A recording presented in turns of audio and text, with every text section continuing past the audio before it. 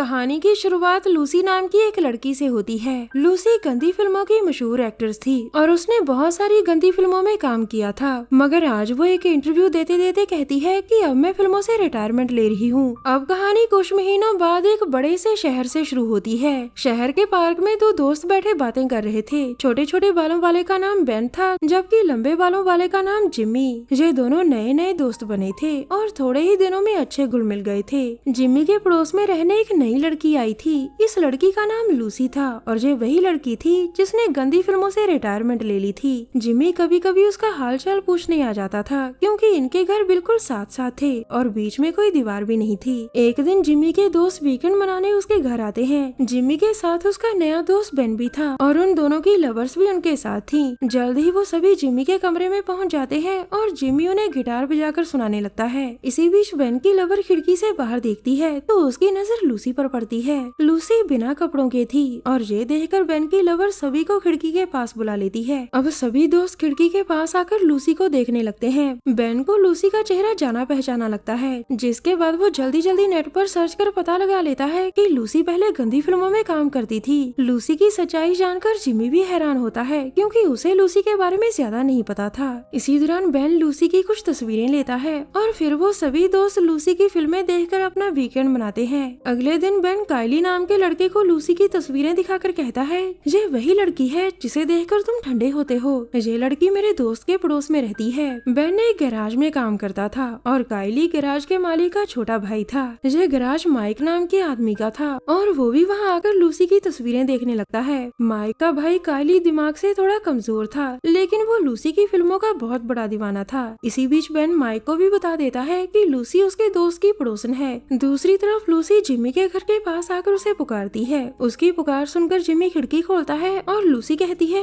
मुझे घर के लिए राशन लेना है, क्या तुम मुझे स्टोर तक ले जा सकते हो? ये सुनकर जिम्मी जल्दी जल्दी तैयार होकर नीचे आता है और फिर वो दोनों स्टोर की तरफ बढ़ने लगते हैं। थोड़ी ही देर बाद वो स्टोर में पहुंच जाते हैं और लूसी सामान खरीदने लगती है। इसी स्टोर में काइली भी सामान खरीदने आया था और वो लूसी को देखकर उसकी तस्वीरें खींचने लगता है। तस्वीरें लेता लेता वो लूसी से कहता है कि मैं तुम्हारा बहुत बड़ा फैन हूँ। लेकिन तभी वहाँ जिम्मी आकर काइली का कैमरा छीनकर उसे डांटता है। अब वहाँ काइली का साथी मार्टिन भी आ चुका था और वो भी माइक के गैराज में काम करता था। वो पहले काइली को संभालता है और फिर लूसी से कैमरा वापस लेता है। अब जिम्मी और लूसी वहाँ से जाने लगते हैं और तभी काइली मार्टिन को लूसी की सच्चाई बता देता है। लूसी के बारे में जानकर वो लूसी को गालियाँ देने लगता है, जिसके बाद लूसी गुस्से में आकर स्टोर से बाहर निकल आती है। थोड़ी देर बाद जिम्मी बेन के गैराज में आकर उससे कहता है, लूसी के बारे में सिर्फ हम दोनों को पता था, मगर तुम्हारे कारण अब उसके बारे में काइली और मार्टिन को भी पता चल गया। तुमने ये ठीक नहीं किया, तुम उसे बदनाम कर रहे हो। मगर बेन पर उसकी बातों का कोई खास असर नहीं होता और वो उसे चले जाने को कहता है। अब दोनों दोस्तों के बीच हाथापाई होने ही वाली थी कि तभी माइक वहाँ आकर उन दोनों को रोकता है। आज जिम्मी और बेन की दोस्ती टूट चुकी थी, जिसके बाद वो दोनों अपने अपने रास्ते हो जाते हैं। रात को लूसी और जिम्मी साथ साथ डिनर करने एक होटल में आते हैं। दोनों का मूड आज ठीक नहीं था, इसीलिए वो दोनों अपना मूड ठीक करने के लिए जहाँ डिनर करने आए थे।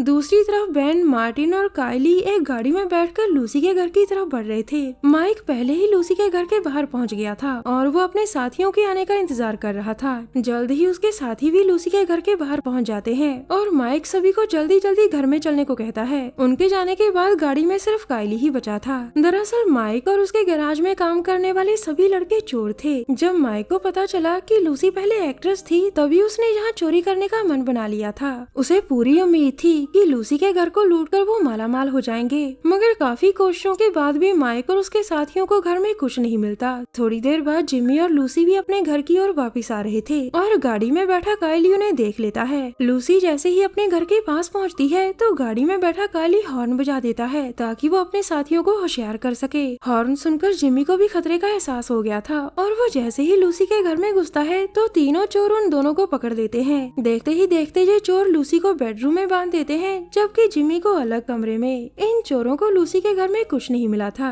जिसके बाद माइक अपने साथियों से कहता है, लगता है लूसी ने अपना सारा पैसा बैंक में रखा है। हम सुबह उसे जिम्मी को मारने की धमकी देकर बैंक से पैसे निकाल लेंगे। माइक की योजना से सभी सहमत थे और वो सुबह होने का इंतजार करने लगते हैं। लूसी के पास एटीएम नहीं था, वरना ये लोग अभी पैसे निकाल कर चले जाते। अगले दिन सुबह माइक लूसी को लेकर बाहर आता है और फिर एक जगह गाड़ी रोककर पहले उसके हाथ खोलता है और फिर उससे बैंक के फॉर्म पर पर साइन करवाता है। बैंक के फॉर्म माइक को लूसी के घर में ही मिले थे। लूसी भी जिमी को बचाने के लिए चुपचाप साइन कर देती है। अब माइक अपनी गाड़ी को एक बैंक मशीन के पास रोकता है। इस मशीन में से एटीएम के साथ साथ फॉर्म से भी पैसे निकाले जाते थे, मगर लूसी के अकाउंट में कोई टेक्निकल इशू आ गया था और मशीन उसे एक दिन का इंतजार करने को कहती है। माइक की योजना फेल हो चुकी थी, जिसके बाद वो लूसी को लेकर वापस चला जाता है। घर में आकर वो फिर से लूसी को बेडरूम में बांध देता है और फिर अपने साथियों को सब बताकर कहता है, हमें एक दिन और इंतजार करना होगा वरना सारी मेहनत पानी में जाएगी। उसकी बात खत्म होते ही पास खड़ा बेन कहता है, जिम्मी की माँ उसे रोज फोन करती है, अगर उसने जिम्मी से बात नहीं की तो वो घबराकर पुलिस को भी फोन कर सकती है।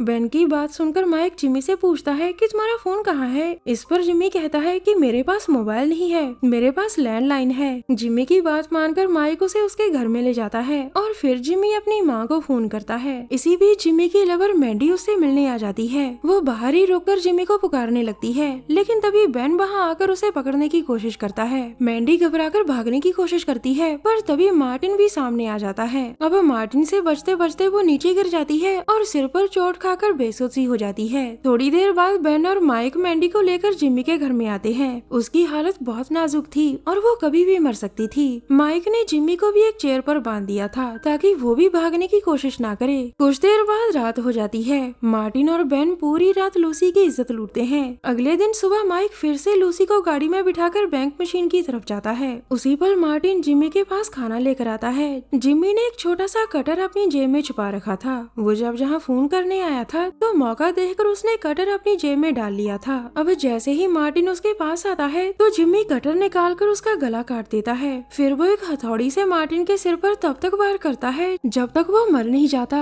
उधर बैंक मशीन माइक को एक दिन और इंतजार करने को कहती है, जिसके बाद माइक वापस जाने लगता है। दूसरी तरफ जिम्मी मैंडी की सांसें चेक कर रहा था। मैंडी ने दम तोड़ दिया था और उसकी मौत देखकर जिम्मी गुस्से से पागल हो जाता है। उसने अब भागने का फैसला छोड़कर बदला लेने का फैसला कर लिया था। वो एक आरी उठाकर मार्टिन का सिर धड़ से अलग कर देता है। लूसी के घर में काइली बैठा टीवी देख रहा था, जबकि दूसरे कमरे में बेन बैठा माइक के आने का इंतजार कर रहा था। अब जिम्मी काइली के पास आता है, जिसके हाथ में मार्टिन का सिर था। वो उसे काइली की ओर उछालता है और फिर उसके सिर पर वार कर उसे जख्मी कर देता है। थोड़ी देर बाद माइक और लूसी घर के बाहर पहुंच गए थे। घर के अंदर जिम्मी ने बेन को भी मार दिया था। माइक और लूसी जैसे ही घर में आते हैं तो काइली के हाथों में मार्टिन का सिर देखकर माइक सुन पड़ जाता है। इसी बीच लूसी मौका देखकर वहाँ से भागती है और माइक उसके पीछे लग जाता है। अब लूसी आगे आगे दौड़ रही थी और माइक गाड़ी लेकर उसका पीछा करने लग जाता है। लूसी को बचाने के लिए जिम्मी भी घर से बाहर आ गया था और वो माइक की गाड़ी के शीशे पर हथौड़ा फेंक कर मारता है। जिम्मी के बाहर से गाड़ी एक खंबे से टकराकर रुक गई थी, जिसके बाद जिम्मी वहाँ आकर जख्मी माइक को भी जान से मार देता है। अब लूसी जल्दी जल्दी अपने घर जाती है, जहाँ अब सिर्फ काइली ही बचा था। लूसी को देखकर वो भागने की कोशिश करता है, मगर लूसी उसे धक्का मारकर स्विमिंग पूल में गिरा देती है। अब पूल में सिर्फ 2 ही लोग थे। काइली बचने की काफी कोशिश करता है, पर लूसी के हाथों मारा जाता है। कहानी के आखिर में लूसी और जिम्मी बच गए थे। हमारी वीडियो देखने के लिए धन्यवाद।